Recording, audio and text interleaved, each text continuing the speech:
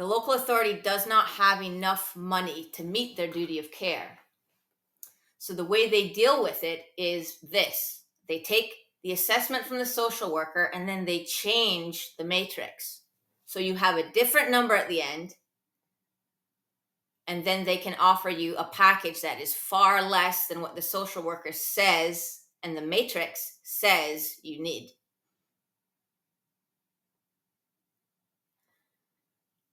That has happened every single time I have been assessed. And that culture has to change. Because it's not following the legal guidance, which is a nice way of saying it's breaking the law to do that.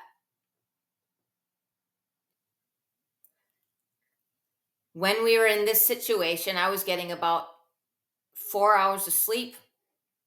I was working for 20 hours a day for every moment.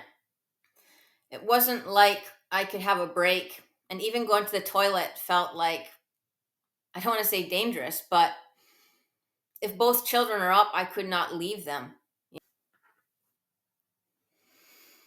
And they can't gaslight me about it because I have years and years worth of proof and evidence that this is in fact what they did. I could spend a lot of time forcing them to follow the law for myself, but I've decided I'm done doing that. I can do that and then get the resources I need for my family, but what about everyone else? The culture will continue unless someone like me stops it. So, recommendation number 1, from unpaid carers to the Joint Integration Board, who says we are supposed to be equal partners. Your number 1 action is to make sure this never happens again. So I've become really knowledgeable about best practice, and I've become really knowledgeable about how things are done here. Now, what should have happened when I asked for help? Best practice is within 6 weeks, you are reassessed and you have help. Well, I've certainly never received that. So let's talk about the CARES Act. The CARES Act Scotland was brought into effect to protect unpaid carers from unsustainable caring situations, which could lead to them breaking down and no longer being able to care, which would mean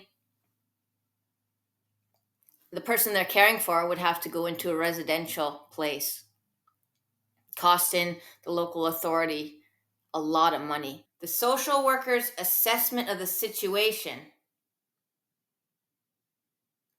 is important, and it should not be changed. Unless the social worker was incompetent and got it wrong, it should not be changed. When you go through the assessment, the social worker you're talking to is making her judgment, his judgment of the situation and marking the correct number, right? And that those numbers shouldn't be changed. Is the social worker takes that plan, hands it to somebody for approval, and then whoever that is goes through it and changes the numbers to fit the budget. And so that means I suspect every single other person in Shetland who's an unpaid carer, who's trying to get support for the disabled person they care for, has gone through the exact same thing.